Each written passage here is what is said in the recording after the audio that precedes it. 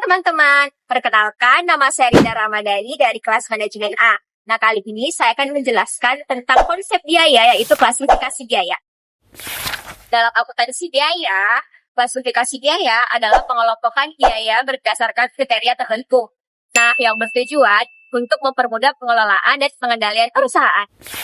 Pertama, kita akan membahas klasifikasi biaya berdasarkan waktu pengakuan. Nah, yang pertama, biaya produk. Biaya yang terjadi untuk membuat produk seperti bahan baku dan tenaga kerja langsung. Nah, yang kedua, ada biaya periode. Biaya yang tidak ada hubungannya langsung dengan pembuatan produk dan langsung diakui sebagai beban pada periode tersebut. Nah, selanjutnya ada klasifikasi biaya berdasarkan penelusuran biaya. Yang pertama, ada biaya langsung. Nah, biaya yang bisa langsung ditelusuri ke objek biaya tertentu seperti bahan baku dan tenaga kerja yang langsung terlibat dalam produksi. Ada juga biaya tidak langsung. Nah, biaya tidak langsung ini biaya yang tidak bisa langsung ditelusuri kepada produk seperti biaya overhead pabrik dan biaya administrasi. Nah, selanjutnya klasifikasi biaya berdasarkan hubungan dengan produk. Yang pertama ada biaya produksi.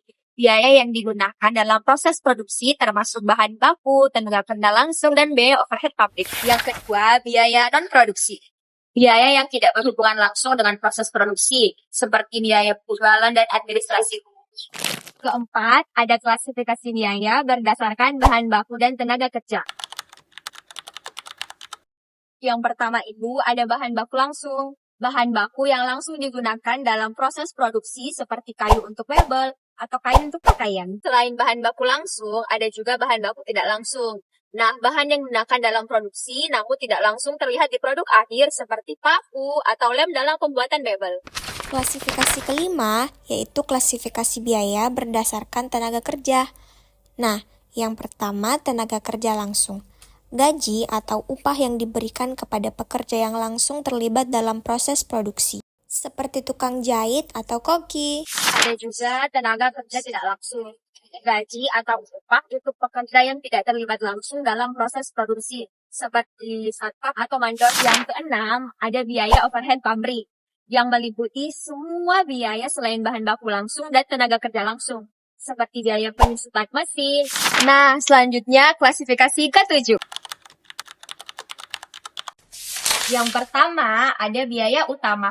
Nah, biaya utama ini adalah gabungan dari bahan baku langsung dan tenaga kerja langsung. Nah, yang kedua ada biaya konversi, yaitu gabungan dari tenaga kerja langsung dan overhead pabrik. Nah, klasifikasi yang ke-8, kita biasa mengenalnya dengan klasifikasi biaya berdasarkan volume produksi.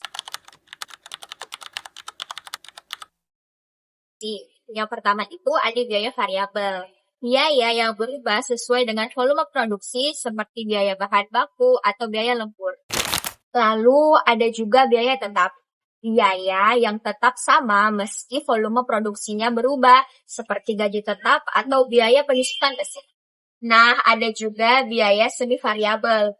Biaya yang memiliki unsur tetap dan variabel seperti biaya listrik atau air. Nah, klasifikasi yang terakhir yaitu klasifikasi biaya berdasarkan periode waktu. Yang pertama, biaya pengeluaran modal. Nah, biaya yang dikeluarkan untuk memperoleh aset yang memberikan manfaat jangka panjang, seperti pembelian mesin atau properti. Nah, ada juga biaya pengeluaran pendapatan. Biaya yang dikeluarkan untuk kegiatan operasional dalam periode berjalan dan langsung diakui sebagai beban, seperti biaya bahan baku atau gaji karyawan.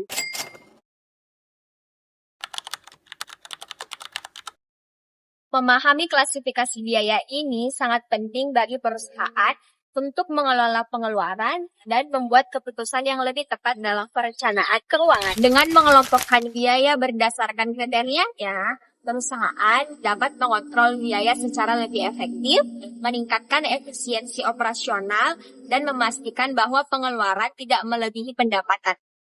Jadi, klasifikasi biaya yang jelas juga membantu dalam menentukan harga jual, merencanakan anggaran, dan menghitung titik impas.